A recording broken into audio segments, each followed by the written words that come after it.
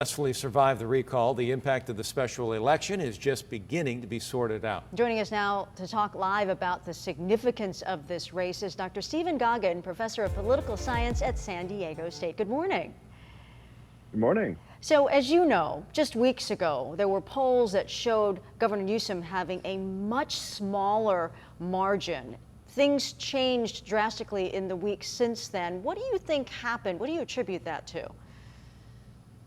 Right, so he was always kind of ahead, but it was much smaller. And in fact, right, the Democrats just spent a lot of time with mobilization, right? Many high-profile Democrats, right, including the president, right before the election, came to California to help mobilize many Democrats.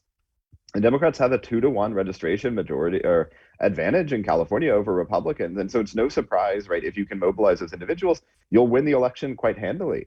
And Newsom's numbers are currently higher than they were. He's winning by more than he did in 2018 in his initial election to office. I imagine that might shift down just slightly, but it's still a pretty decisive victory. It's looking like largely just owing to the fact that there are many more Democrats than Republicans in California, and that Newsom's campaign managed to get them out to the polls or to return their ballots via the mail. Well, as you say, Democrats have a strong hold on the state. So what does it say that this recall was able to go to a vote to begin with? Well, it says something about our recall process, right? 19 other states have a recall process. Many others have thresholds to get on the ballot of 20 or 30% of the previous gubernatorial vote in terms of signatures. Ours is 12%. So you only need about 1.5 million voters, right, in a state of, roughly 40 million people in order to get a recall on the ballot. And so we saw this in 2003, obviously, when the recall was far more popular and was successful.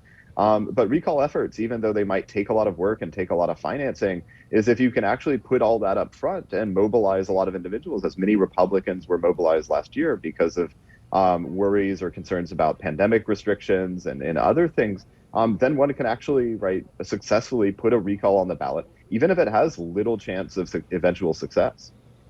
As you know, Larry Elder garnered more votes than some polls indicated he would. Do you think the results of this recall give any sign of what could come in the future in terms of Republicans and the state?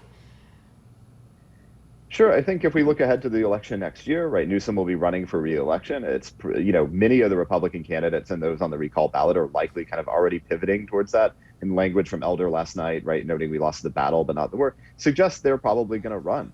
But it's also notable, right, that about over 40% of the ballots cast that have been counted so far last night left that second question blank, in line with what Newsom advocated. So Elder's doing better, right, than many polls suggest among those who actually cast that second question. And so I think that difference largely is just how do pollsters accounted for the people who might end up not casting, right, that second question for a particular candidate there. But many of these candidates are already pivoting or have already pivoted, right, until the next November's election for the next term of the California governor.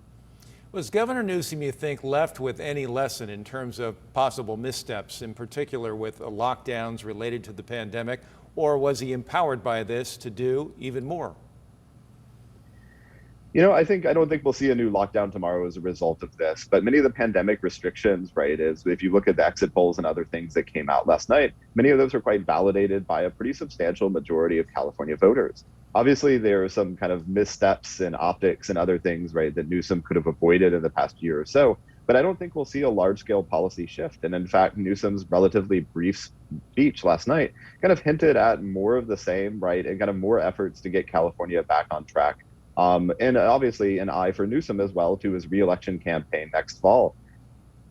Goggin, San Diego State political science professor, thank you so much for sharing your insights. Of course, thanks for having me.